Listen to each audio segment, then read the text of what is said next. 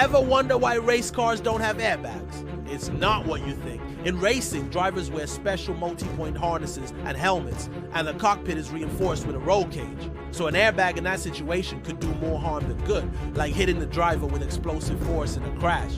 Plus, at racing speeds, airbags can't deploy fast enough to be effective. That's why in motorsports they rely on harnesses, not airbags. Now you know.